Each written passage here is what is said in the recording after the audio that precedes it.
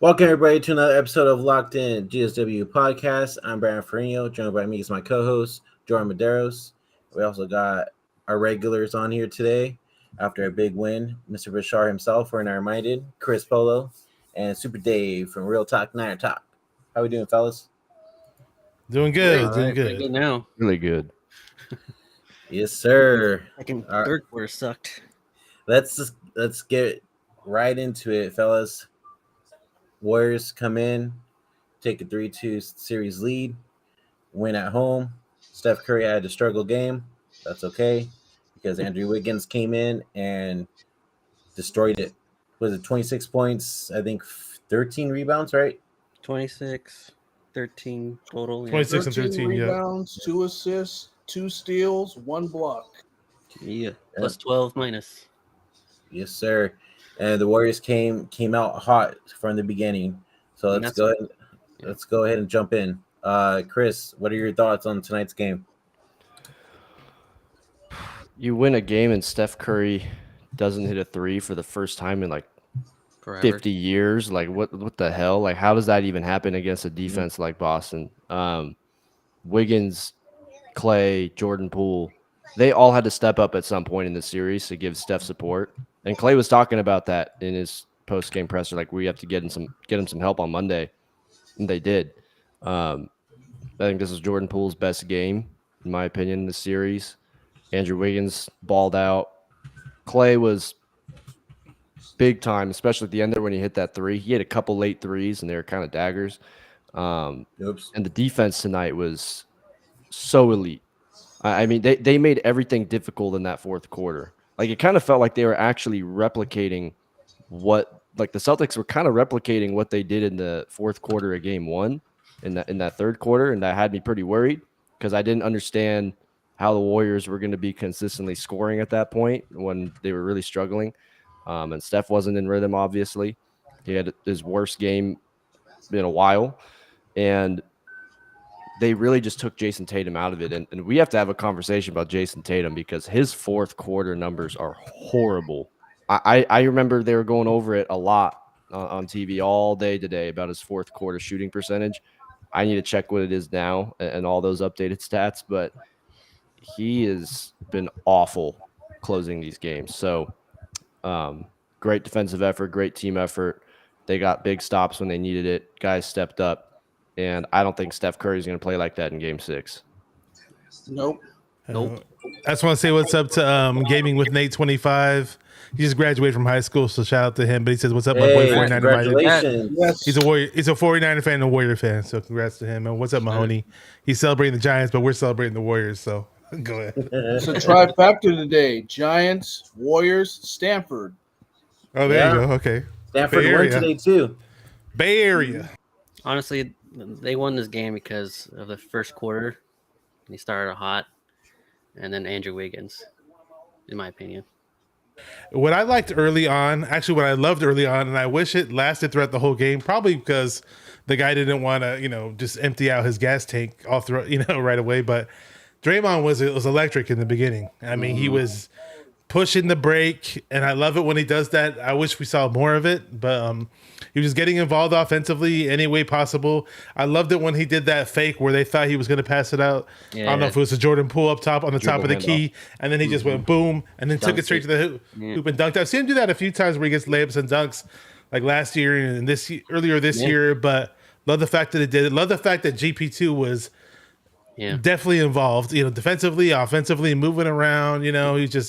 He's just that energy guy that you love to have out there. I want to see him get the big dunk. He was getting lob passes in the regular season and getting all kinds of crazy two-handed dunks. It looks like he's taking it up quick, but he's not taking it up for the easy dunk. This guy can dunk like he's 6'8", but I guess he's cautious because he doesn't want to hurt his elbow or something. But that'll make you cautious. Oh yeah, exactly. But obviously Curry. Not that Curry played horrible. I'm sure 3-point shooting wise he played obviously bad because he didn't make anything. But it's not like he was non-existent in the game or anything like that. 8 assists. 16 points. 16 points. It's okay. I mean, it's not the worst game he ever had. Obviously 3-point shooting wise. Clay 21 points. Can't complain there. I mean, obviously, and we all know about Wiggins. I was curious though when they started off. Otto Porter Jr. got the start at center, right? Yeah, he got started. He Yeah. started 2 points. Yep. Yeah. I don't And, like that still. I don't like it Me either. I don't know why neither. they do it. I don't know why they do like it. it. Just start Because Poole. Like you said, if just it start was Poole, man. mentioned last time, when you have Looney and Draymond in at the same time, it seems to mess up the flow of the offense. Yeah, but I would rather have Jordan Poole out there over Otto Porter because I don't think Otto Porter's really producing anything that like Yeah, even if but Draymond and Clay and Wiggins are out there, they're your three primary defenders. So it's not like Otto Porter's like a lockdown defender. I think Otto Porter I think was he's a kind of better thrown off his defender. rhythm by starting. When he was I coming think off the he's a bench, he better was shooting the defender lights than out. Poole. Looney was Because struggling every too. time Poole was in there, when Boston got back into the game, they were going off of Poole.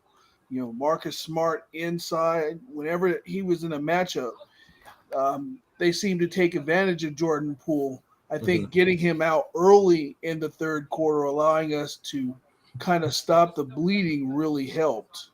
But just the defensive pressure to begin with. Every shot contested from Boston, they were like 0 for 11, their first 3-pointers. We didn't out rebound them, but we caused 16 turnovers. We were We won forcing that the battle turnovers. 16-6. When Yep. you get somebody off their game like that, nothing but good things can happen. But Yep. here's why I would start Jordan Poole though, because so in the post game presser, Udoka was talking about how they're not going to change the way that they guard Steph Curry. That was definitely bullshit. There was no way they're Yeah. actually going to keep like rolling with that after he just dropped 43 in a tied series in a best of 3. There was no way they were going to keep doing that. So the reason I would start Jordan Poole if they're going to switch that starting lineup is because it's going to give you another player that can handle the ball, that can attack the rim off the dribble and beat a man off the dribble. Otto Porter's not going to beat anyone off the dribble. Otto Porter is essentially a catch and shoot 3-and-D type of player, whereas Jordan Poole can help Steph get things a little more open to just let that offense not feel as suffocated when Steph Curry's getting blitzed, because Clay's an off the catch guy also. He's not really someone who's going to beat his man off the dribble very often. Wiggins is playing great, but to have another guy out there who's actually a threat, I think will help, because it's not like Otto Porter's a lockdown defender. I do agree he's obviously a better defensive option than Jordan Poole because he's bigger, he's longer, he's a better rebounder, of course. But like I said, if Draymond's out there and Otto Porter's out there, you're already small ball anyways. So Draymond, Wiggins, and Clay are your primary perimeter defenders. If you're taking away Jason Tatum and you're taking away Jaylen Brown, that's all you really need to do. You just have to hope that those other guys don't hit shots and do whatever you can to close out on those corner threes. So I would start Jordan Poole to just see if I can open up Steph Curry a little bit, because when they do what they did tonight and they do it in Boston, I want Steph to not feel so out of rhythm from the very beginning of the game. And Jordan might just get himself going earlier, and you don't have to take away Steph Curry's minutes to do that either. So I'm just saying, if they're going to not go with the regular starting lineup, I would rather have Poole. Yeah. Even if it's just for like 4 minutes, and then you put Looney in. How The about only that thing belt? about Poole is his dribbling is inconsistent. There are times where he dribbles erratic and very easily turns the ball over. That's why I'd be a little gun shy at starting him at this point. It is inconsistent, but I think that Jordan Poole, when he's not attacking and he's in the game, then he's kind of useless. Because when he's in the game, I want him to be aggressive, but I actually feel better if Steph Curry's out there with him rather than in the non-Steph minutes. The non-Steph minutes tonight were bad for a while until that fourth quarter came around and Jordan Poole started getting in his rhythm. And like Shifty's saying, like, yeah, Jordan Poole off the bench for a spark sounds great, but he's not been a spark off the bench very consistently in the series. I would think that Otto Porter playing 15 minutes or almost 15 minutes, 2 points, I think you can get better production than that if you're starting Jordan Poole, because Jordan Poole only played 14 minutes. I feel like there's a lineup. I think it's Steph, Poole, Clay, Wiggins, and Looney is actually, I think, going into this game, their highest plus minus for a lineup. I think Jordan Poole gives you a chance to just hit the ground running immediately. And they did, mostly because of their defense in the first quarter. But let's be real. This is a game where offensively, they struggled so bad. They should have been beating them by like 20 points in the first half. They should not have been up like this 12, 11-point leads. They should have been up way That's more. why I was still scared after halftime. Yeah. And surprisingly, we lost the rebounding battle tonight, 39-35. But Wiggins, of course, was just a monster on the boards when it mattered. Obviously, 13. And you guys mentioned it earlier, but I'm just so I want to mention it again because I'm so happy to see it. You know, we barely turned the ball over in this game in comparison to other games. Only 6 turnovers for the whole damn game. You know, and we forced 18. So shout out to the ball. You know, Warriors for handling the ball properly. Even though Curry had his crappy over whatever 10 shooting night on 3-point land. I don't know how many he launched, but Nice. you know. Yeah, it's just good to see, man. Good to see that, you know, in other areas we can fix it. Even though we're bad in some areas, in other areas we can overcome it. What's up, Cory? Jason Tatum Cory? has the most turnovers What's good, guys? Cory? in a playoff run, by the way. Did you guys see that? Say it one more time, Chris. What about Tatum? Jason Tatum has the most turnovers from any singular player in a playoff run. 95 turnovers in this playoff. Wow. Yeah. He shot That's 50% not today. surprising, though.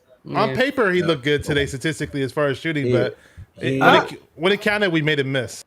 Boston. I thought he missed was. so I thought many he free was throws. very tentative tonight. Yeah. Yes. Very tentative. He the should have fourth taken quarter, especially. charge. Jaylen Brown seemed to Jaylen- take charge of that team. Yeah. I'm wondering where Tatum has been all series long. I Mhm. hope he keeps it up this way for will. the next He game. missed. Jalen missed Brown's the 4 only free guy that throws. scares me. Brown's the only guy that Brown was scares me on our quiet, team. I think. Brown was pretty So, okay. So here's my next question. Let's talk about Draymond Green. I was From going to the ask that start. too. He came out aggressive, looked Yes. 100 times better, and he was locked in tonight. What are your guys' thoughts? Cory, we'll start with you since you just joined. Start with someone else. I missed pretty much the entire second half. I was Okay. busy. Well, he Draymond. needed to do something after game 4. I saw the first half of the 8 points. I see he didn't score again, and I see he also fouled out. He played like someone who was really pissed off that he got benched in the fourth quarter of the last game, which is exactly what he needed. I think the first play that people really saw from Draymond where we knew like, okay, he might be having a bounce back game night was he tried to cut off a pass to advance the ball past half court. And he dove out of bounds trying to save it. And the crowd started to get loud because we kind of felt like, okay, this is the hustle Draymond. He's gonna be locked in. Right from there, I kind of knew, okay, we're gonna get regular like Draymond we're used to seeing. And then like Bashar brought up earlier, the fake dribble handoff, which is something that he does from time to time. Because like it takes one of those, it starts making that defense have to actually think about it the next time they run a dribble handoff. So seeing him being more aggressive. I still don't like it when he's taking threes, but seeing him be aggressive was very, very positive. If that Draymond carries over into Boston in Game 6, this should be wrapped up. Yeah. Well, I also wanted to point out too that 3 that he shot from the corner that was, I think it was ending the half, I believe, right? Yeah. If he made that, you know that crowd was going to erupt. Yeah. Hey, but speaking of ending shots though and making shots, Jordan Poole had that nice buzzer beater, didn't he? I forgot at what point in the game it was. End of the third quarter. End of the third. There you go. That was beautiful. He's 100% on half court buzzer beaters in this series. There you go. He should keep shooting more of them. Hey, I'm going to show this real quick. Watch this. What? So you remember how What's Jason that noise, dude? Is that a dog? Hold on a second. I'm going to mute. Is he all right? She's choking. My dog used shit. to do that. My dog used to eat so fast he would just cough for like 10 minutes. Yeah, my dog does that sometimes too. But so remember how Jason Tatum a while ago texted Kobe Bryant saying I got you today? Oh, God. Well, somebody made this. Oh my god. He said performance. Andrew Wiggins, 26 points, 6 rebounds, 2 assists. Andrew Wiggins is better. Warriors in 6. Oh man. It's kind of hard for me to see, but I see it now. Yeah. I can't see Here, hold on. Let me see. I had to zoom in on my There screen. we go. There you go. Legacy game for Andrew Wiggins. That is pretty funny. Yeah, man. Who would have thought Wiggins would do this, man? Everyone thought like this dude doesn't care. He doesn't care to win. His passion's not there, and he not only's been performing, but he's gotten better as the games have gotten more important. Mm-hmm. A lot of players that are great disappear. Like Jason Tatum, fourth quarters really disappearing in this series. Andrew Wiggins steps up. It's awesome to see. Wigs. He's showing why he was the number 1 draft pick. Mm-hmm. That the aggressive Andrew Wiggins we see right now is what Minnesota fans were wanting every night. Like that was his criticism, and we're getting that aggressive Wiggins. Except that usually when you're drafted number 1, you're supposed to be a leader of a team that can actually lead a team, and Wiggins clearly can't do that. Yeah. So he said Andrew Wiggins on his teammates say that's love. That's what makes all this work. We all support each other. So, I mean, we have a locker room like that, man. Just everything just goes right. You know what I mean? And also, too, let me see here. Clay's. Oh, I guess not. Never mind. Go ahead, Jordan. You got a question? Hold on, I'm looking up something. So, anyways, so let's talk about it. So, third quarter, Celtics come out, start hitting threes, back to back, 8 out of 8, right? What do you think happened to the Warriors defense right there? They were playing zone. Yeah. Usually that's the Warriors quarter to go off, right? And I think they only scored what? I think 24 maybe, I want to say. It was 35-24 in the third. Yeah. So only time you'll ever see that. Warriors outscored their opponents in the third quarter in every single game, and it's usually not even close. Mm-hmm. The Celtics almost matched their whole first half score in that quarter. Right. Yeah, that's true. 39 in the first quarter. I know that. So, I mean, I'm still in shock that the Warriors actually pulled this win off with Steph shooting 0 for 9 from the 3. And just having just a horrible night, you know? And his threes weren't even close. Yeah. They were like... It was short on a lot of them in the first half of what I saw. Even in the second half, too. Even when they were wide open, he wasn't getting You want to know how we won? You guys want to know? Turnovers were 18-6. Yeah. Yeah, you brought that up. Yeah. The Celtics and Warriors... The Celtics and Warriors are interesting. They both have like this same stat of once they hit 16 turnovers, their record is significantly worse. And yet we ended up how identical it is. Back to Steph. What was it at the very end, towards the end, where Steph had like the ball to 3-point line, and then he had somebody on him, and then he took another dribble and stepped back and shot it up. That was the one time I thought he'd make it. Yeah, the one thing I didn't like is though. Well, I love the fact that we were forcing turnovers and getting breaks, but what I hated was so many missed opportunities on breaks. Good thing we won the game, but there were so many times where they had numbers and they're opting for 3-point buckets and bricking, and like. Come on, guys, just get the easy layup or try to get a dunk or something, I'm thinking of that 2-on-1 where Thompson had it. Yeah. He could have easily gotten a layup, and he passed it up to Steph, and Steph bricked it again.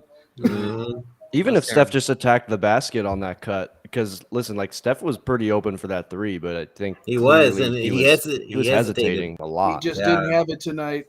Yep. He will this game. I think game 4 really, really tired him out, I feel like. I mean, I know it's 2 days, but still. Go ahead, Cory. We committed 12 more fouls than they did, and they ended up going to the free throw line 31 times to our 15. The difference, they missed 10 free throws.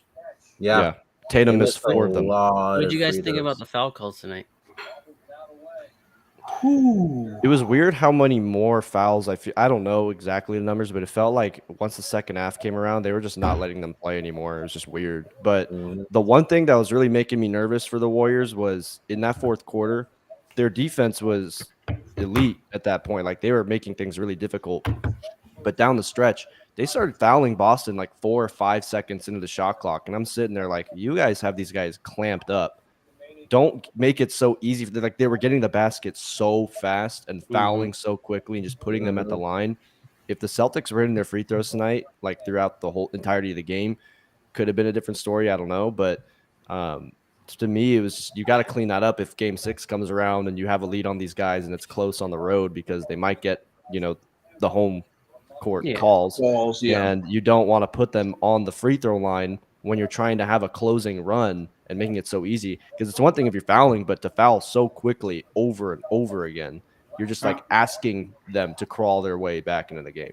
But what is that BS when Marcus Smart does it? And I saw Williams or Wyatt or whoever those guys, and they keep doing it and getting away with it. And at one point it happened when on a replay, and the announcer was like, "Oh, that's not a foul." Like they do this bullshit where they hook, they grab somebody's arm and hook it in. What he said was, "It's not a foul if they don't see it."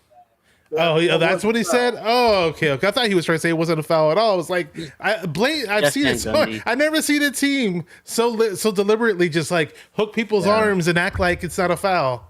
Let's give a round of applause for Jordan. There was a lot of flopping. I was about to say that. Listen, a lot of flopping. Jordan Poole got away with a lot tonight. Marcus Smart tried to get away with one when Clay hit that three in the second quarter. Yeah, when he flew back. I was kind of scared when Marcus Smart was hitting those wide open shots. So we were here goes Curry missing everything. Hey, Clay pulled the Jason Tatum move. That's what he did. It's funny. Jason Tatum does that all night, man. He extends it's funny that arm. Though because of the fact that Jordan drew that foul on a flop against Marcus Smart. That's what made it funnier to see Marcus Smart complain about a guy flopping and getting called for it. He was bitching, man. Can someone explain to me how Boston attempts twice as many free throws as us? We were driving to the hole in that first half like crazy, and we can't end up getting a call. The second half, they were driving to the hole like crazy. Yeah, and I think a lot of 31 to 15 is ridiculous. Like late in that game, they 12 more fouls is ridiculous. Yeah. Usually these things even out by the time the game is over. 12 more fouls, 16 more free throws, and they still get blown out by 10. I put it more on the Warriors' defense late in that game because there was one, and they tried to challenge it, but off a made basket, Marcus Smart was already all the way down the floor drawing a foul off a made basket. Like practically one-on-one with Steph, or Draymond. I can't remember exactly how that play transpired, but to me, it was like they'd already fouled really quickly, like a couple times before that. You got to get back there. You can't, like I was saying, they're putting them on the line so fast. Like they weren't even allowing themselves to try to make the Celtics earn points off a full shot clock. Like they were going at really like the Warriors' pace at that point, just putting their head down and going really fast, and they just kept putting them on the line. So that better get cleaned up. It's not. Yeah, they were fouling, but the main problem was they were not stopping the Celtics on the point of attack. They were just off the dribble, beating their man way too easy. Do you think the officiating was called relatively down the middle tonight, at least in the second half? I think that, like, I'm a Celtics fan. I'm saying no. I don't know. All these games in this series, honestly, have been really weird. Like Kevon Looney got called for another stupid illegal screen today. Like it's been weird. I don't. First four fouls were ridiculous on him. I don't the first four that I saw. That last foul that Draymond fouled out on was very questionable. Yeah. That's the one I was talking about too. That should have been a foul on Steph Curry, not Draymond. If it was going to be a foul. Yeah, because he fouled him earlier before he even got off the shot. Luckily, it was so late in the game to the point where they were able to survive 3 minutes. Yeah, I think it was on Tatum. There was one play where Draymond got all ball, and like they just straight up called a foul. Right. Yeah, there's a lot of questionable. There was that one part. I don't know. I think it was the end of the third. Was it the end of the third quarter where Draymond was like following around Tatum on this? I was like, what's Draymond doing, man? I don't want to get a T. He was in their head tonight. He got Smart pissed. He got Tatum pissed. He was back to his good old self there. That's something we really needed. Because listen, these players listen. They listen to stuff, and I'm telling you, the last few days, people have been highlighting. Like I forget which show it was this morning, but I was watching it when I was at the gym, and I don't know if it was First Take or another show. Yeah, it was, because they were talking about who was more disappointing in the series, Jason Tatum or Draymond Green, and they were debating that. And they were going over Jason Tatum's numbers, and I wish I had it pulled up somewhere, but his fourth quarter numbers are horrendous. And Draymond knows this stuff. First of all, the dude has his own podcast. There's no way he's not listening to this other stuff and taking it in. Like now. They know, like they're lying if they act like they don't listen to that stuff. They know Tatum's numbers in the fourth quarter this series. And that right there was Draymond trying to dig deeper into his head to ensure that, because they know these guys have not been to the finals before.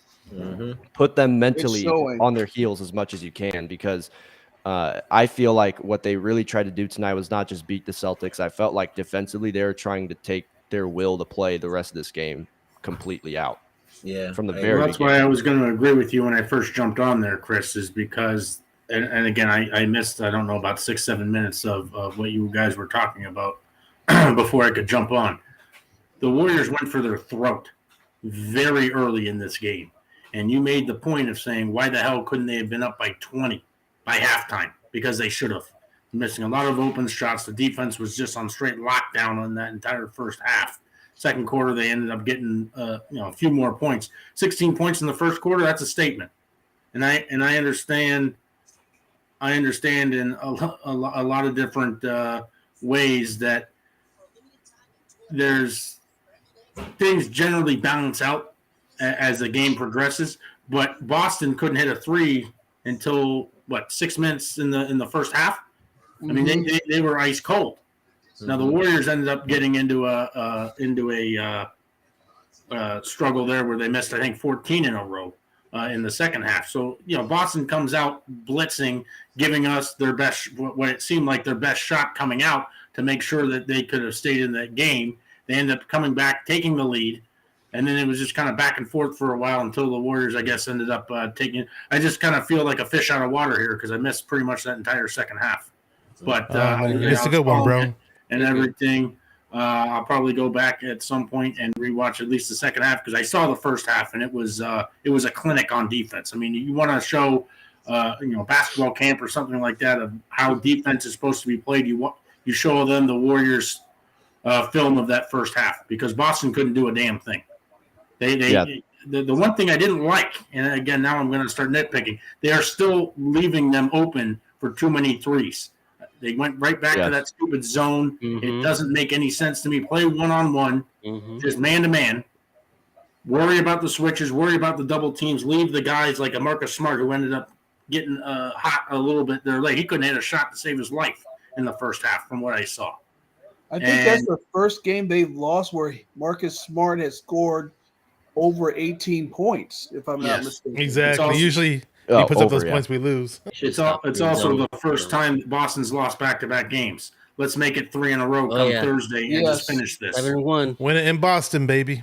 And when you're talking about like the second half too, so basically that third quarter, Cory, they came out and it felt like it was the fourth quarter of game one all over again. They hit I think it was 8 straight threes, guys, if I remember correctly. It was oh my God, they're unconscious. And exactly listen, Marcus, we're in a best of 3 series now. I understand if you're playing percentages, you might be okay with Marcus Smart taking threes. At the end of the day, these are NBA players. You're in the NBA finals. You're trying to close out a championship. He's hitting threes. He's wide open. Just close out on him. Just close out. Trust your defense if he blows by you. I don't want to give guys wide open warm-up jumpers going into a closeout game in Boston coming up. I need to see that changed. Get out of the zone defense. I mean, to me, that's the way that you take that away. They did that quite a bit, I think, in Game 4, from what I remember. They ended up kind of going away from the zone, playing a little bit more man-to-man. They weren't able to a lot more contested shots than, like you said, warm-up threes. Simple. But you look at a lot of, I'm pretty much just basing this off of stats. You end up getting out-rebounded, which hasn't happened much in the playoffs this year. The foul discrepancy was a joke. The free throw discrepancy was a joke. But you look at pretty much all the other stats. I mentioned earlier, they had 31 free throws, but they only made 21 of them. Right. There's the difference right there. Now, you don't expect a team to be perfect from the line, but 18 turnovers will do it. 18 to 6. 6 turnovers, you take that all day. And twice on Sunday. I'm telling you, it's one of those things that, to me, you are going to have a hell of a time. And I think, Chris, you made the point. Anytime the Warriors are over 15, maybe 16 turnovers, they're in trouble. Yeah. And same for Boston, too. I think Boston's record, they showed it. I think when Boston's over 16, they're 2-13 or something like that. So it's really similar how bad these teams are after 16 turnovers. And also when you miss 10 free throws, it feels more like closer to like 25. Uncontested shots from 15 feet away, and they miss 10 of them. Boston looked like they had the chance there in the second half after that big run, and they let. And again, I don't exactly know exactly what happened. A 19-4 run. 19-4 run to come out. The Warriors couldn't shoot. They just looked flat. They looked essentially like they have been pretty much all in the first quarter of this entire series. They've been coming out flat in every single game. What I saw there, 22-7, 20, whatever the heck it was there to start the game, one of those things you have to be able to get out. And this is what I'm hoping that they can do come Thursday. I know we're going to probably get to this here before this podcast is over. Come out, blitz them early, get the crowd out of the game, and just play your game. Just play and have them have to exert all that energy to try to end up coming back like they did in the third quarter. My guess is that they were just gassed by the end, just missing a lot of shots and things like that. That would just be that's an what assumption. it looked like. But because they end up exerting so much energy down, I think it was 12, which isn't saying all that much with 24 minutes to play. But at the same time, the Warriors have to be able to play 48 minutes of basketball. We have yet to see that in a single game in this postseason. Yes, they've looked good for, say, 3 quarters, but then they let opponents come back in and all this stuff. But the Warriors are in a very good spot right now. They just have to keep the foot on the gas and just make sure that they don't allow Boston to be able to gasp for air. I just want this to just be a suffocating game. Boston, I'm sure, is going to be favored by 3 or 4 come Thursday. I want to blitz them and beat them by double digits again. Just make a statement. Just say, yeah. So I'm going to show what Draymond Green said in the postgame real quick. I got a question for after. Actually, you know what? We'll do it this way. Oh, wait. No, not that way. No, this way. Oh, man. What am I doing, man? Okay, here we go.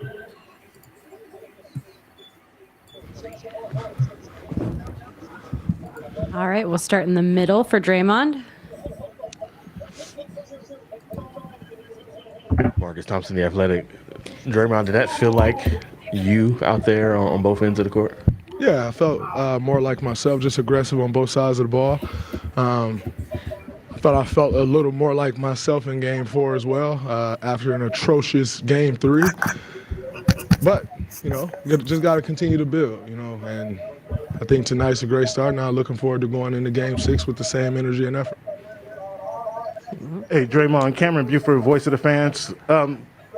Third quarter of this game, they won that third quarter. They came out and jumped on you guys. You got to flip that around in the fourth quarter. What happened in that fourth quarter that let you guys get that advantage back? I think I think the way we responded in the third quarter was huge. And Jordan hitting that shot right before the clock expired was a great momentum boost for us. When a team goes on a run like they did, and it was more than a run, they pretty much dominated the entire third quarter. For us to still go into the fourth quarter with the lead, that's huge. And I think that was something that we could build on, and we did. And, coming out there in the fourth quarter, we were able to get stops. And we got out in transition, got a couple easy buckets. That was huge for us. Malika? Malika Andrews, ESPN. Hey, Draymond. What's up, Malika? Andrew Wiggins has been such a consistent presence for you all playoffs long, really. Can you just speak to at what point that trust began to build that he was the guy you would look for in those moments? That trust has been building for 2.5 years now since he got here. A lot of people looked at the trade like, oh, it's another piece that they can move. And we looked at the trade from the very beginning like that is a guy who can fit next to a healthy group absolutely well. I think, when he first came here, and I'll never forget, it's when Tibbs wasn't with the Knicks. And Tibbs was like, you guys are going to love him. He competes, he defends, and he was telling us Jimmy loved him. And we all know how Jimmy Butler is. Like, if you got any softness to you, Jimmy don't like you. That's just how Jimmy is cutting. And he's continued to show that. He's continued to get better. He's taken on every challenge that we've thrown in front of him, and it's huge. And we need him to do that for one more win. Mark Spears, ESPN's Landscape. Gary Payton II, you saw the injury You saw the recovery. Just take me through what you saw from him, and are you shocked that he's doing what he's doing now? I'm not shocked at all. I think, G is someone who works, and, he wouldn't be in this position if he didn't work the way that he does. And to see him bounce back from the injury like he did, it's like he just picked up right where he left off at, which is what he's done all year. He's defended. He's gotten putbacks. He comes up with loose balls. He's knocked his corner threes down. And, he's been absolutely huge. You're talking a guy who made this team as the 15th man and then became a key part of our rotation. So it's no surprise that he had the game that he had and that, he's had the impact on this series that, we all hoped that he would get back because we knew that he could have that impact. Hi, Draymond. Janie McCauley from AP. Janie. Following up on Malika's question just about Wiggins, when did you see this determined grit and confidence on both ends just start to really reveal itself? I mean, that didn't happen right away. Well, no, that didn't happen right away. I think he, started to fill it out, but coming into this year, he was an all-star starter for a reason. He defended very well. He scored the ball very well, and really just plugged right in. Like, it wasn't like, oh, you need to call a set for him every time. He's just kind of been getting it, and he's continued to do that. And I think the bigger the challenge has been that we've thrown in front of him, the better he's responded. And that's a guy like that. That's a guy. You want a guy like that, that, when the stakes get big, they respond and they play their best basketball, and that's what he's been doing. Last question for Draymond. Sam on the right. Sam Amick, The Athletic. Dre, you've spent a lot of your career after wins talking about how amazing Steph is. Is it a different kind of satisfaction when it's a night like tonight? And especially after Game 4, you all talked about needing to help him. No, I don't think there's a different type of satisfaction. A win is a win, whether Steph gets 43, 10, and 4, or whether he finishes with 16 on 7 for 22 shooting. A win is a win. And, obviously we have spoke about helping him, and I don't think he's been out there helpless. Like, that's the narrative. But everybody's doing their part. And, tonight, a night that he didn't have it going, we found offense elsewhere. And that's kind of what it's been. But in the same token, if he's got it going, we're going to be heavy Steph Curry. That's just what it is. So the whole notion of this guy doesn't, he doesn't have help. Well, he got 43. He's going to keep shooting. And we're going to keep doing all that we can to get him shooting. So it was huge. And, now that's good for us. He was 0 for 9 from 3. He's going to be livid going into Game 6. And that's exactly what we need. Thanks, Draymond.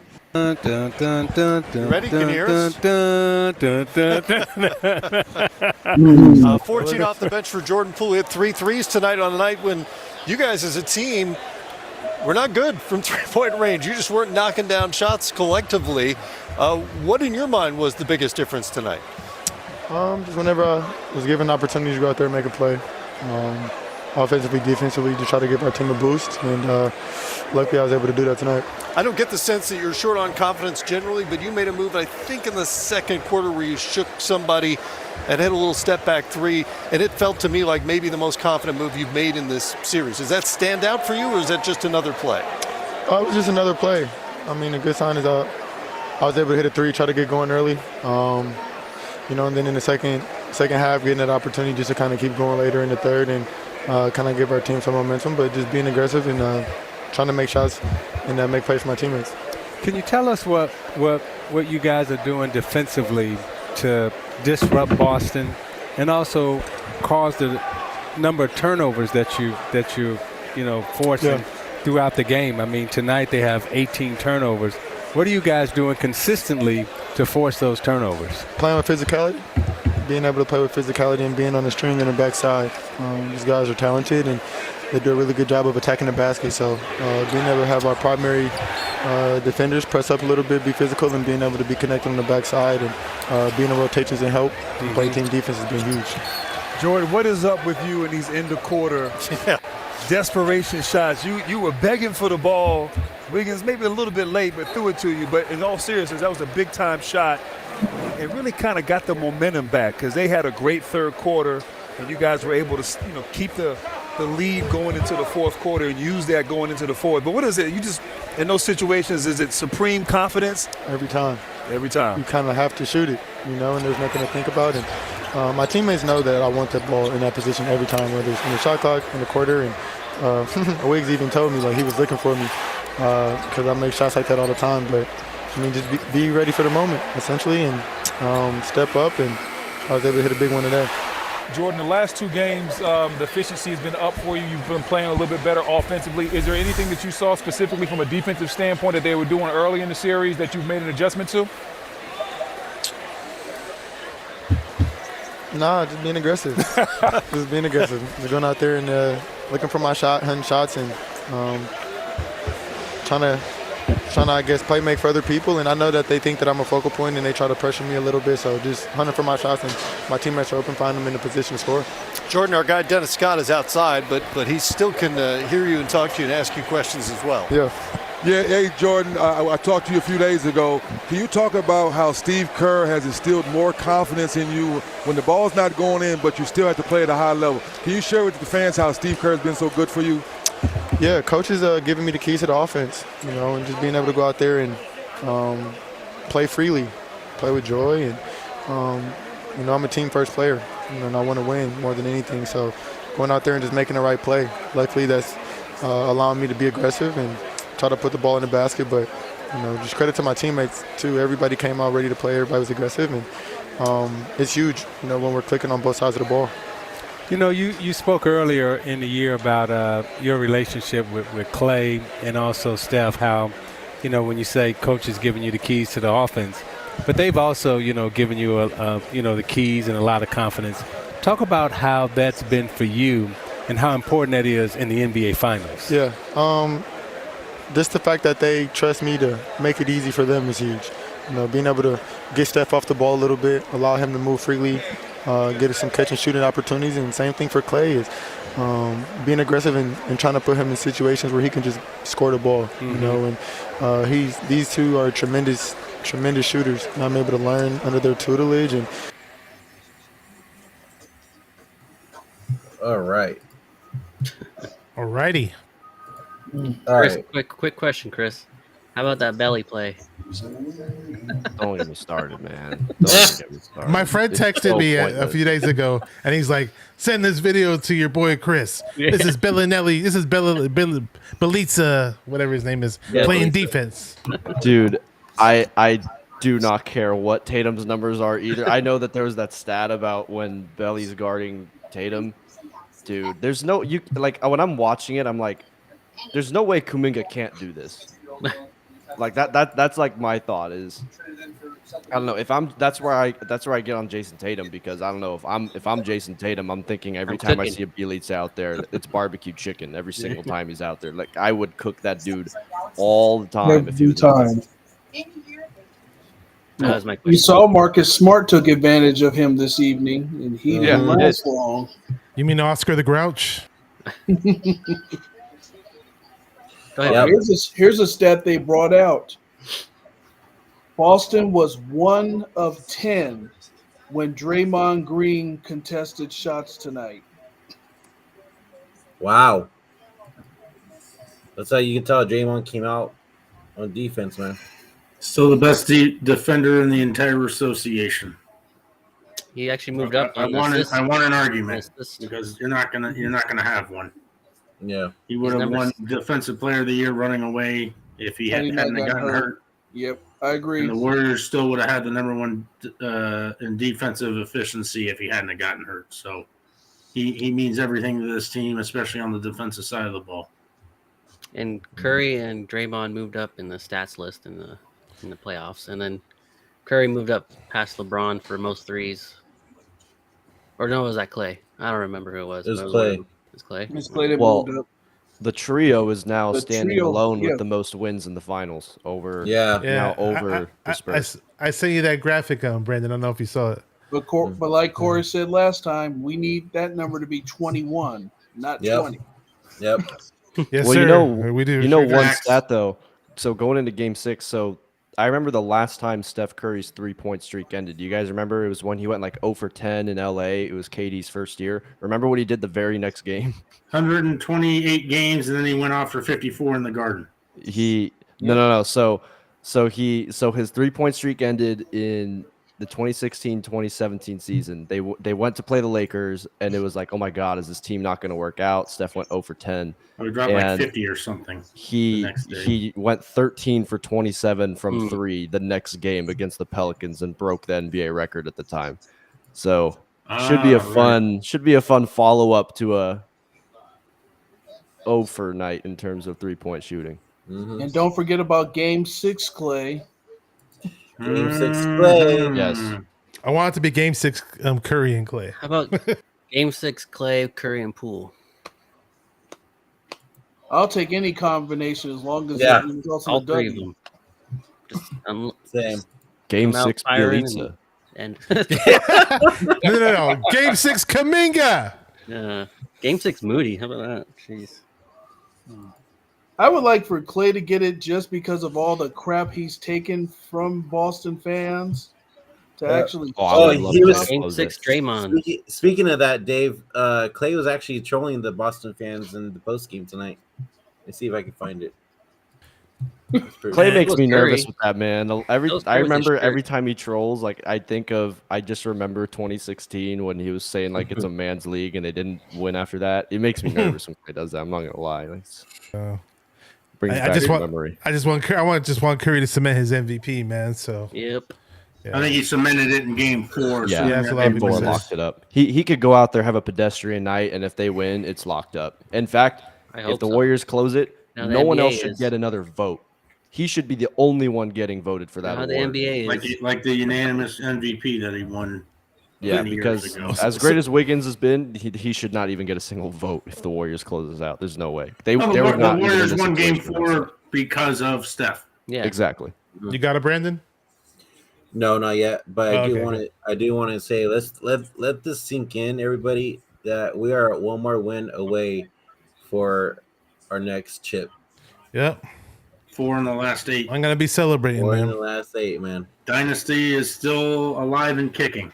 Yep. Well, all I remember is when we lost to the Raptors, I had certain people message me on Facebook or comment on my Facebook post, and we were just going back and forth.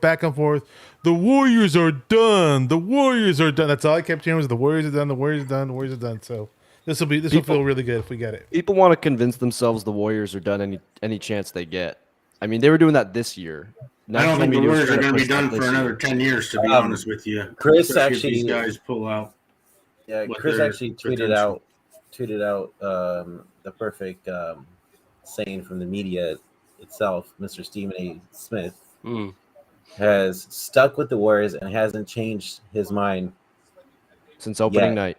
Since opening night, he picked them to win. Okay. Who Everyone else, though, Stephen A. Smith. Ever since opening night, he picked the Warriors to win the title. But everyone else, it feels like at that network, has just tried to bend over backwards to say why the Warriors' title window's over. I remember somebody, and I don't know her name, but she's been covering the finals too, and she was literally saying on national television that Klay Thompson would hopefully average 8 points a game when he comes back, and I thought that was hilarious. I like remember. It was the most laughable take. He averaged 20 for the season. You can put that shit to bed. I just remember when Clay I was want to coming bet on back. that, by the way. I remember when Clay was coming back. I just remember I remember Eddie Johnson, former Phoenix Suns, was one guy, but a whole bunch of other dudes were saying it too. I just can't remember the names. But when Klay Thompson comes back, don't expect him to be the same Klay Thompson. Don't expect him to. Well, hey, he's not too far from the guy he was before he got hurt. So. Yeah, you'll get that. I mean, and his defense has picked up too, and you saw that in the past 2 games as well. As long as he's not facing anybody super fast defensively, he's fine. Yeah. Want me to read? No, never mind. Just gonna show this real quick. I'm just excited to build on it, and wow, just gonna be. I've never been so excited to go to Boston. I'll tell you that. Yeah, nobody's excited. Nobody's excited.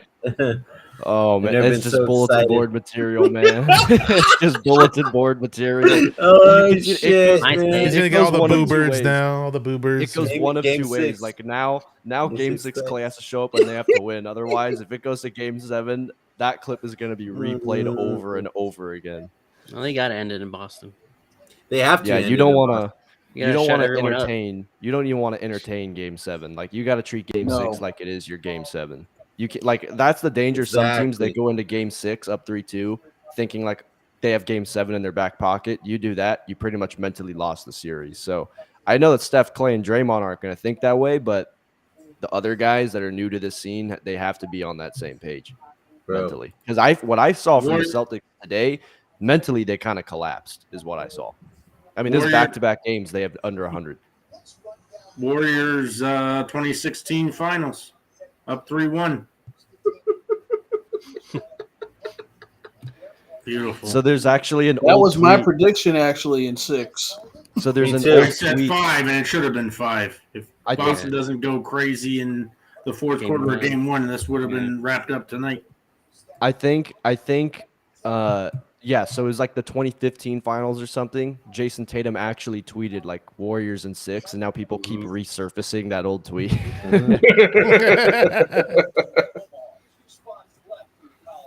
Yep. I had a question. I don't remember. Dude, I mean, you even have Zach LaVine tweeting out Karl Anthony Towns about Wiggins tonight. I mean, shit, Minnesota thought he was a bust, and look at him now. Oh yeah, how good does that trade look, huh? Right? We got rid of that one dude from the Lakers. I can't remember his name. Yeah, D'Angelo Russell. Yeah, and we got Kuminga out of the trade too. That's right, the draft pick. Yep. That was like taking I'm always candy gonna from a mention- baby. I am so glad I was wrong about that. What did you think of Iggy's play? Oh wait, really quick, Dave, you were mad that we traded D'Angelo Russell? No, I wasn't mad about that. I thought Wiggins was going to be a trade piece when he came over.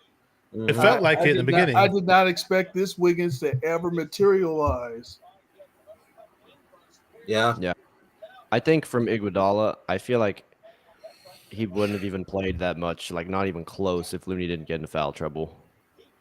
That's so true. I don't know. I don't even He think got into foul he's gonna get trouble minutes quick. Yeah. The illegal screen. He didn't need to have that shove. Like, I think Jason Tatum was probably going to fall out of bounds anyways. I don't think he needed to give him that little push that he did. So, I don't know. But that seems like an issue, though, is their foul trouble the whole series. Because Draymond fouled out tonight again. Third time. That's one thing that kind of goes underneath the rug. And it was a sorry-ass foul. Yeah. Fouled out on. So who should I didn't even see that as a foul. Yeah. What are you doing, Brandon? Go ahead, Jordan. No, go ahead. Go ahead. We got to play. Play Too Short and Mr. Fab real quick. So win in Boston for the disrespect at the fans. I was in Boston game 3 and 4. Games. I went to both games. The disrespect is through the roof. I've never saw it in my life. It was crazy. But to be out there, to be able to say, if we could go back there and just silence them, to win in the Garden, this Warriors team, everything that we've been through, the resilience that we've shown, the rejuvenation of the spirit, of the energy, the backlash that Draymond has shown just because he may not have been offensively effective. A lot of people don't understand the other things that he does to affect the basketball game. That man needs to deserve his roses. I don't care about all the Draymond slander. Draymond is a champion, and he deserves everything that he's getting for him being out there. The credit, hey man, I love you, little bro. Continue to keep playing the ball that you playing, because without you, there's no way that this Warriors team will be here. So when check out Mr. Fab. Too Nice cheesy. there. That pumps me up. Fabby Davis Jr. from the hyphy era. You guys all hear Daryl the Guru Johnson's like preach Friday before they went off air? What did he say? Oh, it was like it's almost like the Hunter Pence preacher type stuff back in 2012. Hey, if you can find the audio for that somehow, Daryl the Guru Johnson's preach Friday. This is before Game 4. And they're just like, just go out and just play your hardest, even if we don't win. It's just that he's essentially just saying, essentially just saying that I want max effort. Win or lose, you just you go out with your head high and I mean he was literally crying, losing his voice. I mean it was Was it crazy. on 95.7 the game? 95.7 the game. Yeah. Okay. He actually came on one of our spaces on Twitter one time. He chimed in Yeah, for he a few did. minutes. Yeah. So we had Dan Dibley in a space like yesterday. Oh, Dan, Maybe I it was seen 2 days Dibley ago. on there. It was me and like 4 other people, and somebody else was hosting, and we just had this big discussion. And Dibley was there for like half an hour, but he wasn't saying nothing. Yeah, we were talking about, because there was a debate breaking out the last few days because of Game 4, like who is the greatest Barry athlete of all time, and the argument was a lot of people were talking Joe Montana, Steph Curry. So he chimed in and he was saying like Steph's the one. So for Game 6, who starts?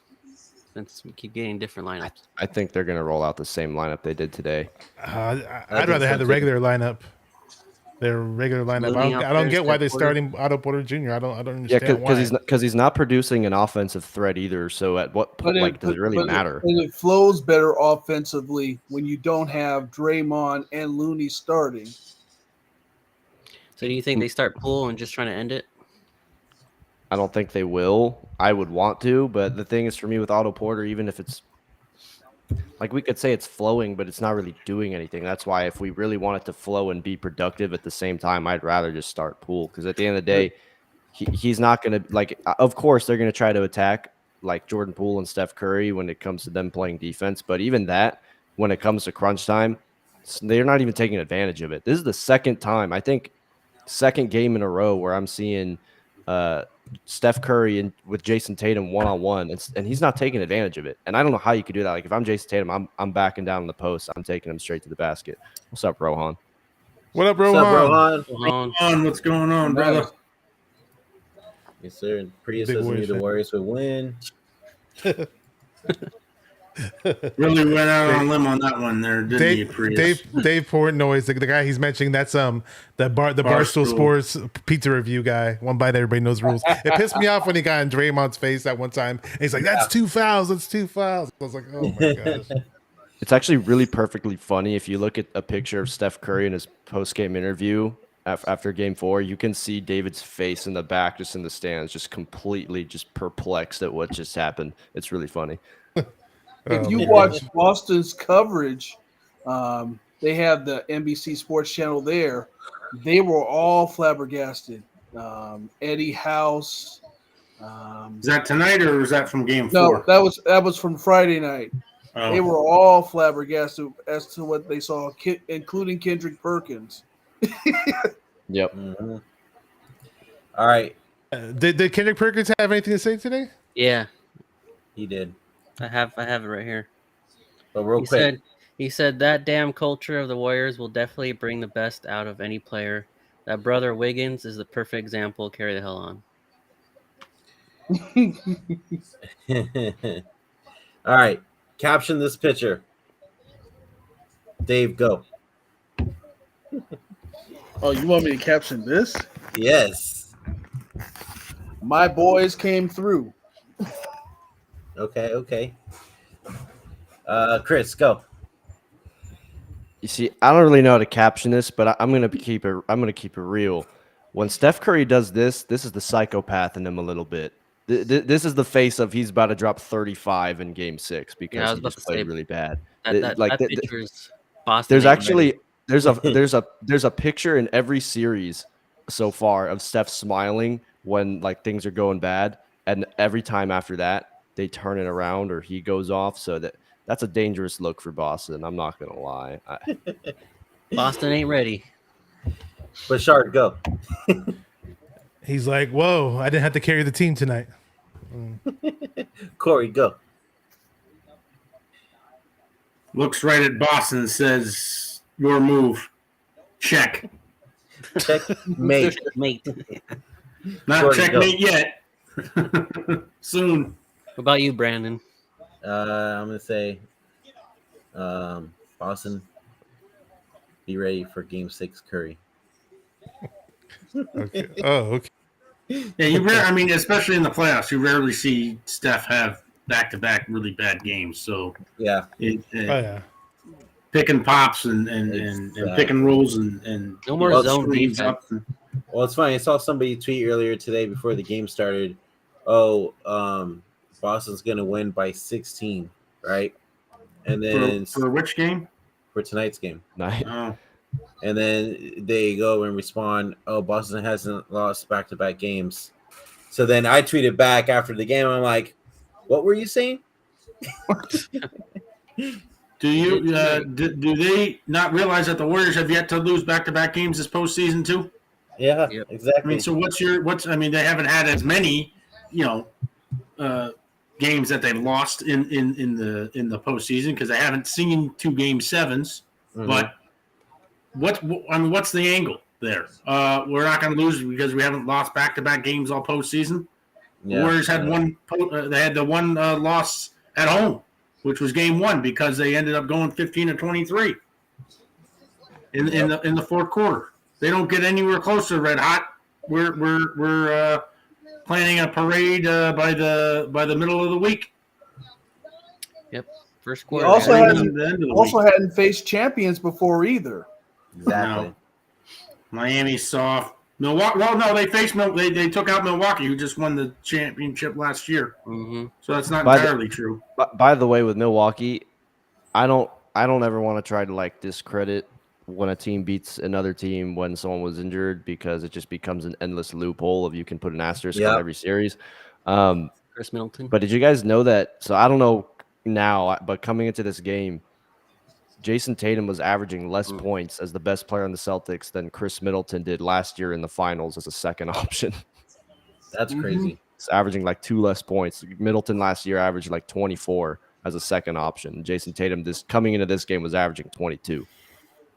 What did Curry's stat line drop to? I know what did he have? 16. What did that 16 average? Probably 32, maybe 32 or something. That's still good. Still The 49% from 3, I knew at some point had to come down to earth. Yeah, that's insane. I mean, you're talking about close to a 50-50-90 split almost is what he was looking at.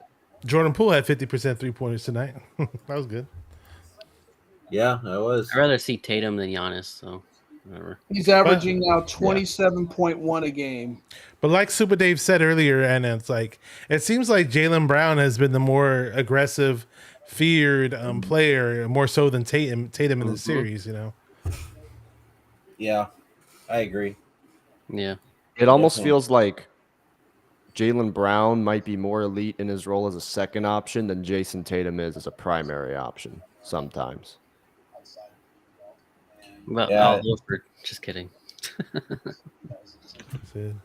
So the priest said in Boston tourist spaces, it's more the refs are cheating than Tatum Brown being shut down all finals. They got to the line way more. They got to the line way more than we did. Tatum and Brown have not been shut down the entire finals. Yeah, he's been really good. Whatever Priest is talking about is complete incorrect. I was thinking if Boston won, Jaylen Brown would be the Finals MVP. Yep, I think so too. I don't think Jason Tatum even enters the conversation for MVP at this point. Yeah, coming into today, Steph's points per game were higher than Jason Tatum's field goal percentage.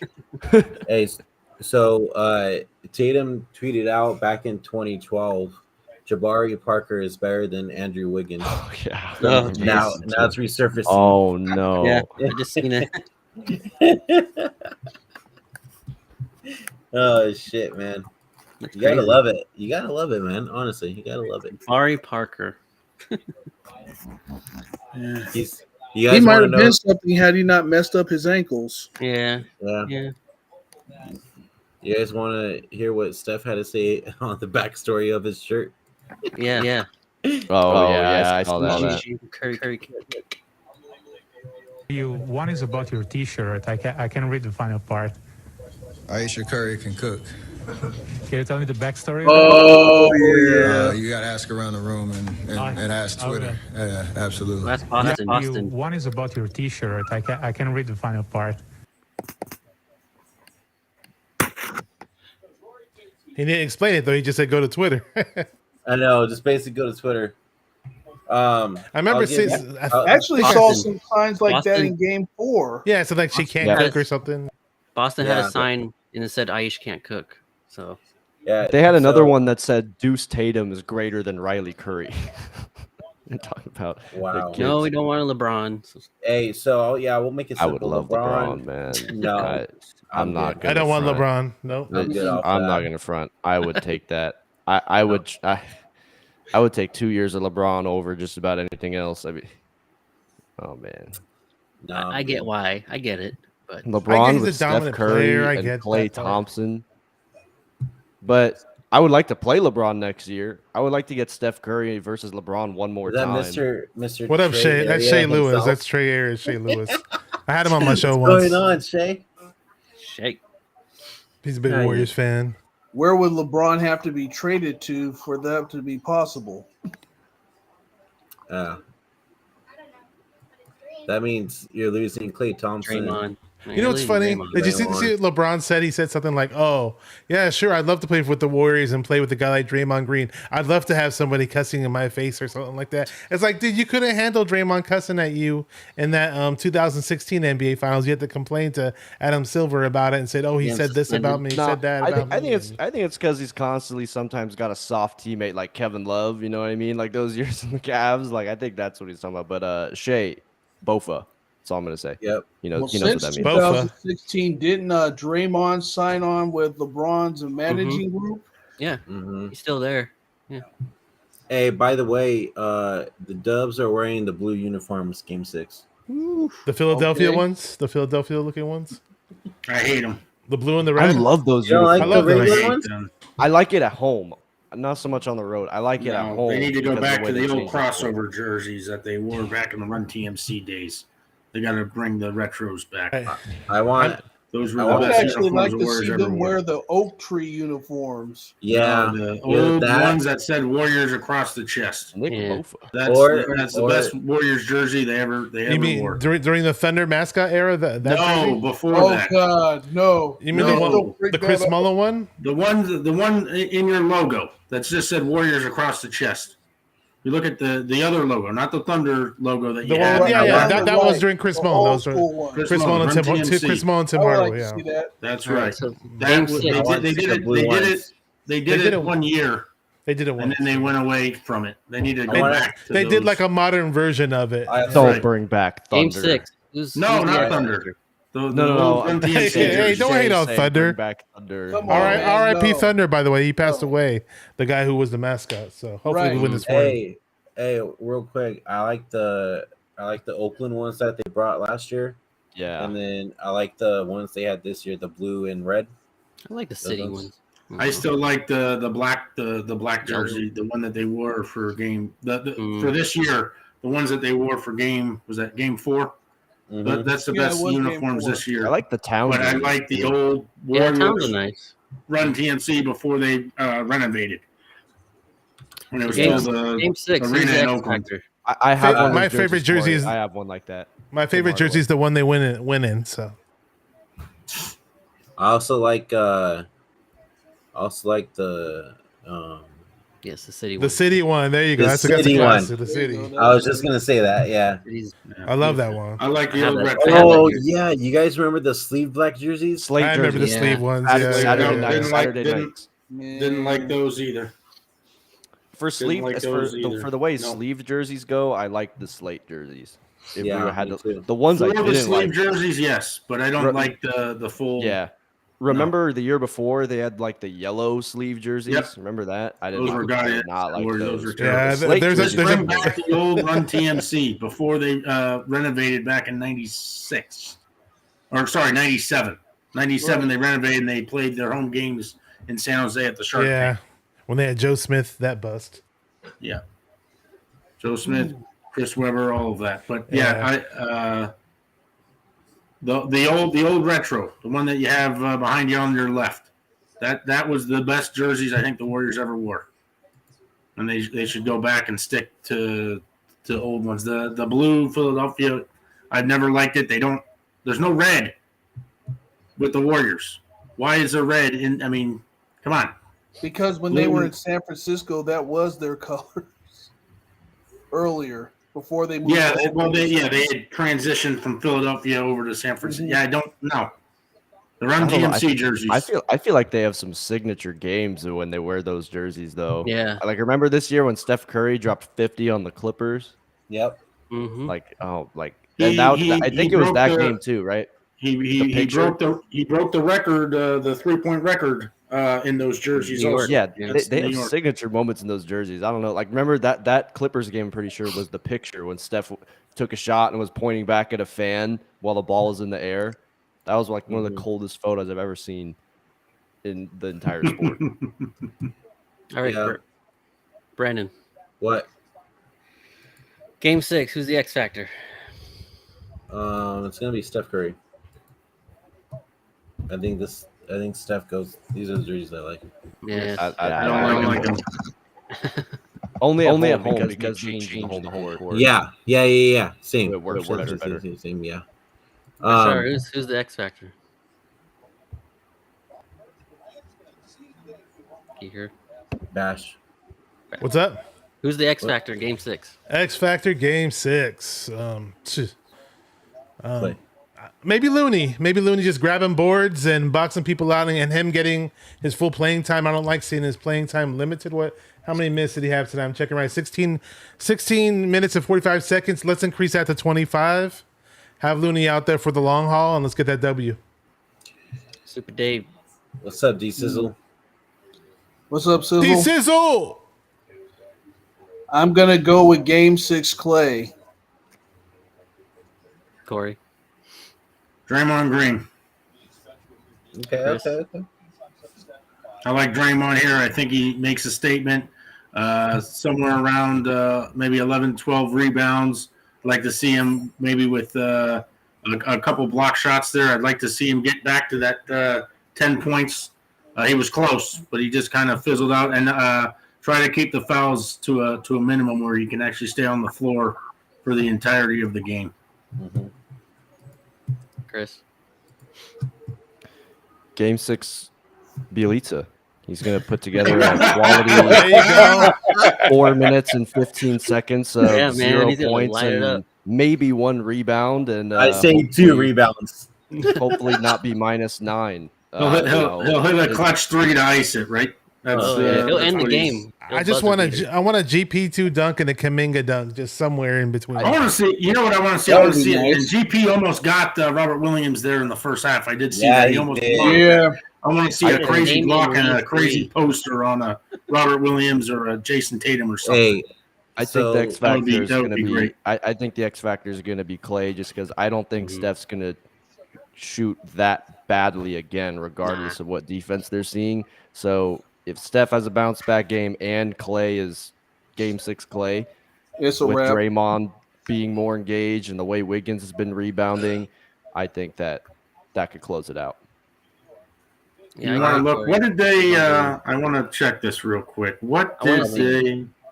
2015, 2016, Draymond Green, where he was averaging 14 points a game. 47% or higher collectively. Oh, really? Boston's done. Oh. They shoot anywhere around 50% from the field. Boston is finished. Hey, I don't care how good they shoot. They are going to be done if they don't. You know, we keep hearing about how great Boston's defense is. That's at least the second, if not third game that Boston has yet to score 100 points. Who has the better defense? I mean, come on now. Stop it. There you go, Cory. When the Warriors are at full strength, there's no team on the planet better than us on the defensive side of the ball. Agreed. Period. Warriors, again, would have had the #1 defensive efficiency team if Draymond had not missed those 20 whatever games he missed. Well, I'm going to say Andrew Wiggins gets another poster dunk on somebody. Robert Williams III, if he can last that long. I want him to do a poster dunk over Oscar the Grouch, Marcus Smart. Yeah. If he does get it over Williams, that'll just kill the soul of the Celtics. I love Williams is an the amazing one guy, shot blocker, though. It's pissing me off. You know one guy who could probably do that, though, other than Wiggins? GP2? GP2. Kuminga. Kaminga! He has tremendous hops. So does GP too at Fucking 6. Belly. 6 Belly can feet. do that too, man. Yeah, Belly Chris can barely Mullin. get off the ground. I don't know. Okay. So before we end it here, what are your keys to Game 6? I'll go with you first, Jordan. They got to come out hot like this game right here. If they come out hot, they're not going to lose.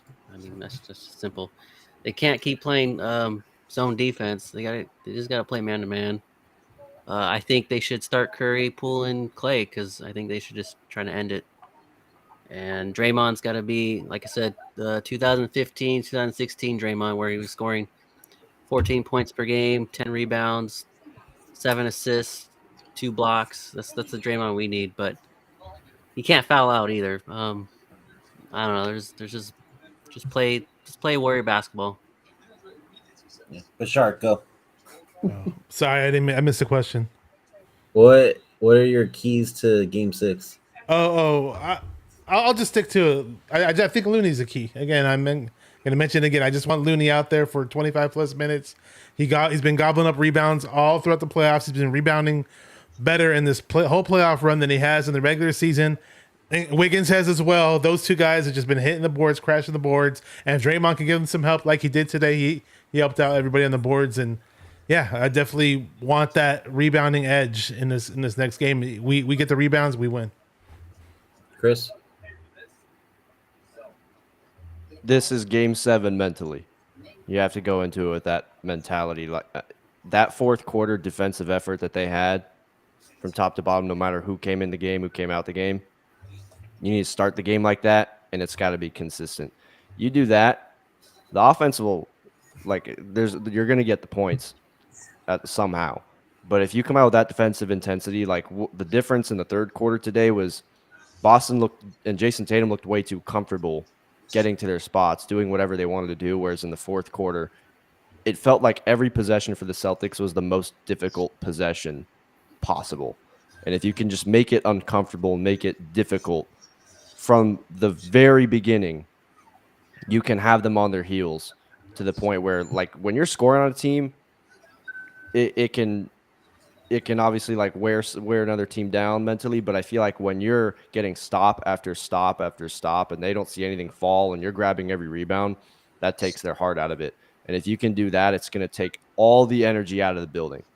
And you got to go into that game just like the way they went into this fourth quarter of this game tonight. Dave? And he pretty much took what I was going to say. Even just contesting them, making them work, forcing the early turnovers, showing their inexperience. If you can do that for 4 quarters, you'll take the fans out of it, you'll kill the will of the team, and it'll be smooth sailing. Cory? The long and the short of it is Boston has their backs against the wall. You come out early like you did tonight, give them a good right hook, drop them, step on their throat, and suffocate them. I'm trying to hold back a little bit here. He's going to say something else. Yeah, I was going to say something. Cory. Get him very close. Don't hold back. It's okay. Get very close to the Detroit Lions opening presser. Contest the outside shots here, and we just need to run.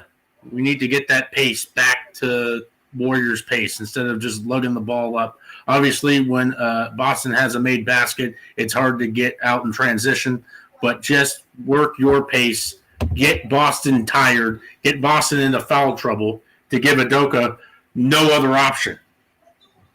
Where they're going to have to use Pritchard for 20 some odd minutes, 20 to 30 minutes where he's not used to. You're looking at just hitting the open shot, ball movement, get Boston's defense as confused as possible, and just punch them right in the mouth over and over and over again until they just give up. I would love to see Udoka have to end up pulling pulling everything and essentially conceding by the start of the fourth quarter. That's essentially what I would love to see. Yes. Realistically, 6 minutes left. Knock them on their ass and don't let them get back up to try to throw another counter punch at you. Get Clay, Curry, and somebody else, maybe Wiggins, to drop 80-something points, maybe 90 points combined, and just send Boston on their merry way, and we'll tell them that we'll see them next season. We are the better team. We have been the better team. The Warriors will lock you down on defense. Enough of this zone, like what Jordan had just mentioned. Get back into that man-to-man, the switches, whatever, and get out and run. Like I said, the magic number here is 47% shooting. Get those balls into the basket and force Adoko to end up using like 4 or 5 timeouts in the first half because he doesn't want to have this game get out of hand too early. The Warriors are the better team. We have to go into a hostile environment and prove to them why we're the best team in the association. Wiggins, sure. He just scored 26 tonight, and he went 0 for 6 from 3. Oh wow! Take everything to the paint. If those start dropping, they're in The trouble. three doesn't stop dropping. It's over. Let's put it this way: if the threes aren't working like they weren't working in Game 4, especially, go to the paint because they have been going to the paint and scoring all playoffs.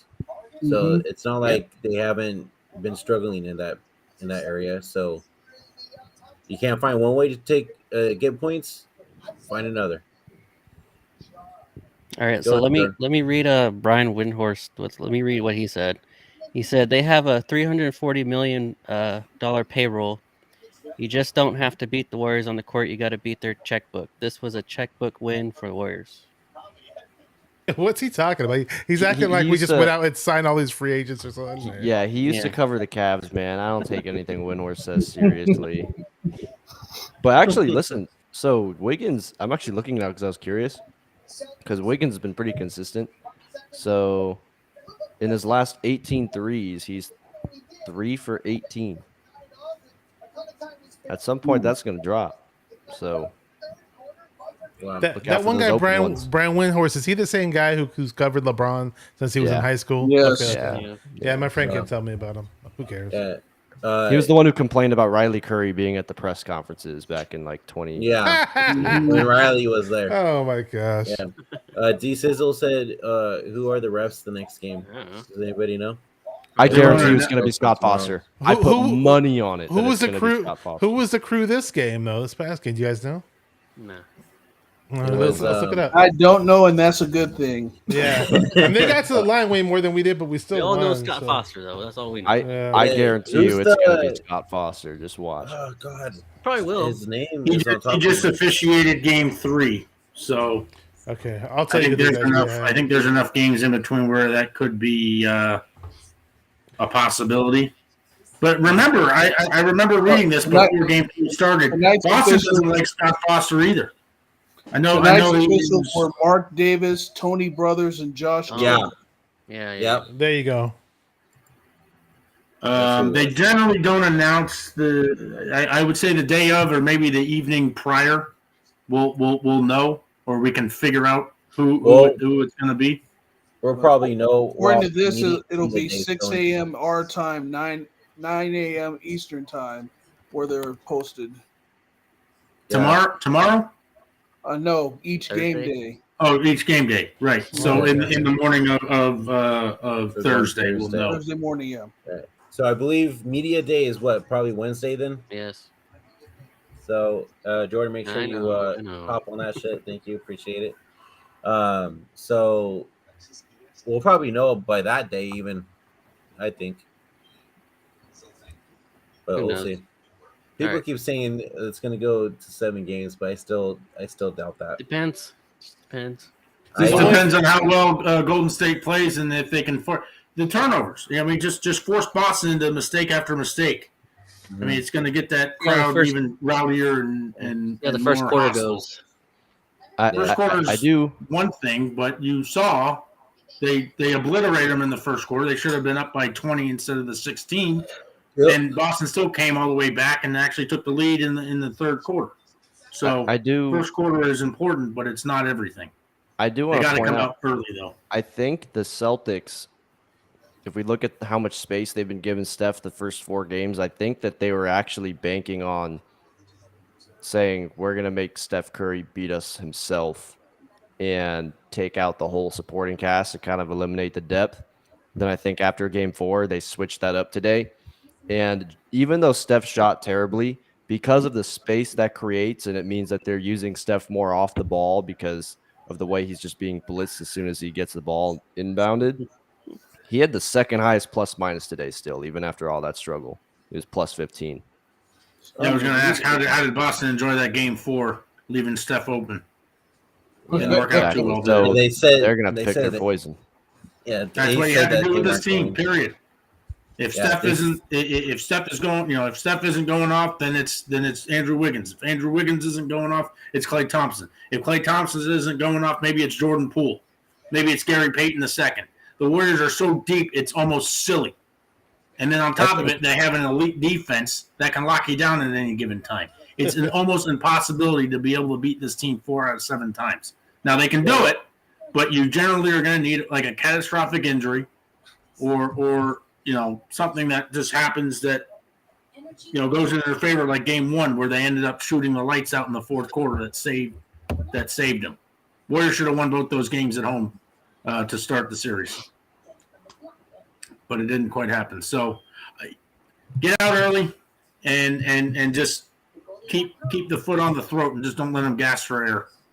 Right. Keep that double-digit lead as long as you possibly can, because I think it's doable. I really do. Yeah. You get out like you did today. You stop making silly mistakes. 6 turnovers. Probably won't see that again. But if you do, they're lifting the Larry O'Brien out in very close to where the Hall of Fame for the association is. So that would be bittersweet to do it right in front of their home fans. Yep.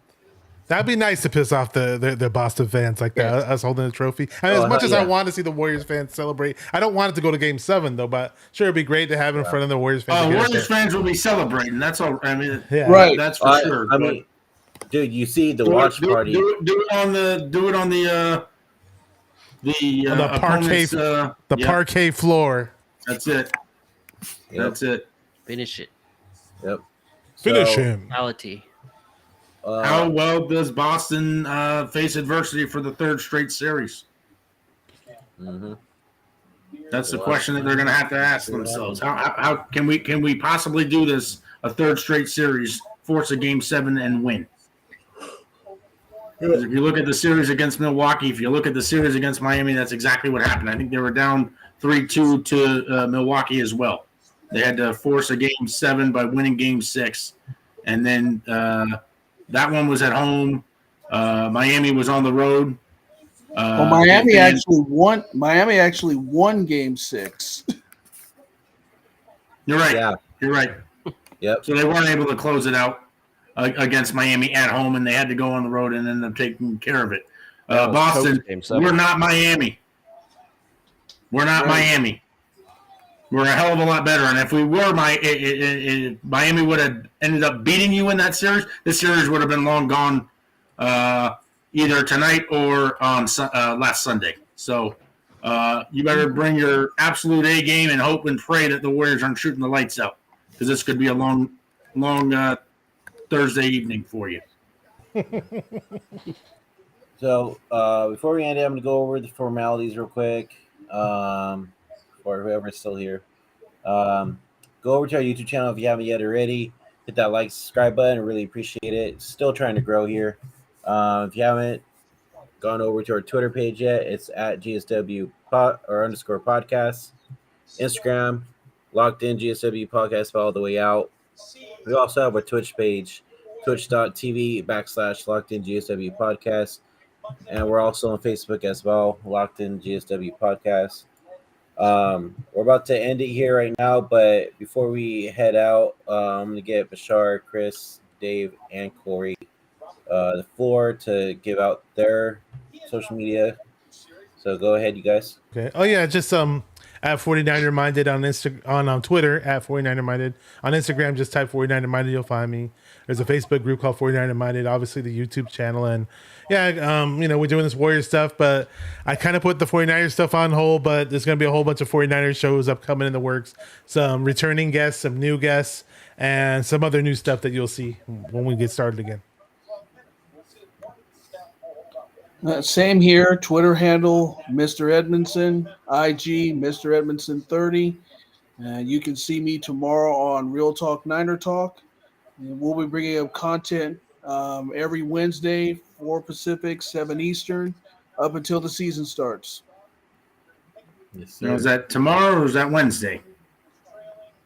That is Wednesday. So it's not I'm tomorrow already unless you're on I'm the- already in Tuesday mode. Yeah. We're not at midnight yet. We're almost there. One more hour. Almost. Yeah. My Twitter is just my display name right here. So it's Chris Polo _. My link tree is there too. So you can get to my YouTube channel, The Polo Show. It's my podcast covering various sports. So obviously going to be doing a lot of Niner stuff too coming up, like Bashar was saying himself. I'm also on Spotify, Apple Podcasts, and Amazon Music. So if you just go to my Twitter, you'll see the link tree has the links to all those. I try to put everything on YouTube, whereas I may not put as much on those other platforms just because it's only audio. But I'm also jumping on other people's stuff. Like I've been jumping on with Niner Nate recently. I'll probably jump on with them tomorrow night to talk about going into Game 6 of the finals. So, you can find me there. You can find me on Twitter at sport_fanatic and the number 10. I don't just base my knowledge with basketball or football, baseball, or even hockey. Stanley Cup final starts on Wednesday, Tampa Bay and Colorado. Anything you want to talk about, we got the U.S. Open for golf starting this week out in Brookline, Massachusetts. We have World Cup coming in November and in Qatar. We know the United States will have Iran, England, and now we know that it will be Wales as their first matchup, I believe, November 21st. So any type of sport question or conversation you'd like to have, just hit me up at sport_fanatic and the number 10. The sports fanatic, Cory. Yes, sir. Also, if you guys want the audio portion of this podcast, just spell our name, Locked In GSW Podcast. We are also on Spotify, Apple Podcasts, Google Podcasts, iHeartRadio. Anything else? Spotify. SoundCloud. Spotify, So right? any podcast audio that you listen to, we're all on that platform. Brandon, you should have a little pice of paper that has all the platforms that you have, so you don't keep forgetting. Honestly, there's so many. SoundCloud. Yeah.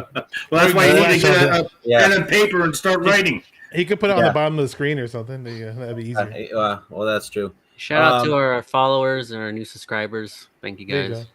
And I keep trying to bring more in here for you guys as well. Thank you guys too. Yes. Thanks for joining us all the time, guys. We really appreciate it. We started this thing out last year, trying to do our best, even though the Warriors were sucking at the time. But now we've for sure improved 100%, especially with the help of you You're guys. building an empire here, no pun intended. Yes. Yeah. So wait for next also. I also have a 49er podcast as well. If you guys haven't yet, go check out Fair Faithful Podcast. That's my channel, along with my co-host Christian Dyer, and we see Deion Johnson on there all the time too. So go check that out as well. Super Dave, I'm gonna have you on one time too. Cool. I'm sitting right here. And all you guys, of course. I mean, I had you on already once. There's enough room for everybody. But don't worry, we're gonna have everybody. For the Niners? I don't think so. Yeah, I don't remember. Everyone here. We did the schedule. That's right. Yes, we did. Me, yeah. See, you did. Jordan's a one-trick pony up here. Yeah, Jordan's basketball. That likes the Raiders. And he's a Raider fan, so they can't all be winners. My sincere apologies. Stay in one city for more than 2 decades, then we can talk. Yeah. Oh, below the belt. No, it's not below the belt. It's just fact. I agree. I want them to stay in Oakland, but whatever. Oakland didn't Actually, want it was 24 years in Oakland the first time. Came in 60, left in 84, came back in 92 or 93, and off to Sin City. I think they're going to be in Vegas for a while, but we'll see. For sure. You think they would? How about the Niner Raider game? You guys going? No. So I'm going to be in pay Vegas. $1,000 for my ticket. New Year's Eve in Vegas already. Yeah, and that's then, We got a lot of Niner content creators that that rented out a bar. Yep. And I'm A gonna be in lot. Vegas with a lot of different people. Because lot of I was thinking about, we were all thinking like, wait, it does not make sense to pay like $1,000 for tickets. We're all gonna be scattered around. Let's just go rent out a whole bar. We already got a place. I saw that. out. I got the invite for that. Oh, yeah, I got man. the invite for that. So I'm gonna be out there. Nice. I totally do it, but the fact that it's on New Year's just kind of gets in the way. I don't know what's going I've been on. in Vegas on New Tickets are Year's trying to expensive. get back. Yeah, that's the to crazy Southern part. California, Yeah. it's a mess. Exactly. Being in Vegas in general is a mess for New Year's because they jack up all the hotel prices. Yeah, tickets for the plane too is ridiculous as well. So, Yes, sir. Looks like a 9-hour drive for us there, Brandon. Oh, for real. It's about 3.5 for me. So It'll be Oh, 5 that's for me. nice. Close. It'll be 5 for me. Yeah. But anyways, we're getting off topic here. So anyways, hit that like, subscribe button if you haven't already, guys. Really appreciate it. If you guys are on Chris or Bashar's page, go over to my page, Locked in GSW Podcast, and hit that subscribe button. Really appreciate it. So until next time, guys, go Dub Nation. Go Belly. Go Warriors, baby. No, Whoop that trick. Get those Whoop that 21 trick. wins for whoop that No trick in feelings. Boston. Fuck Oscar the Grouch.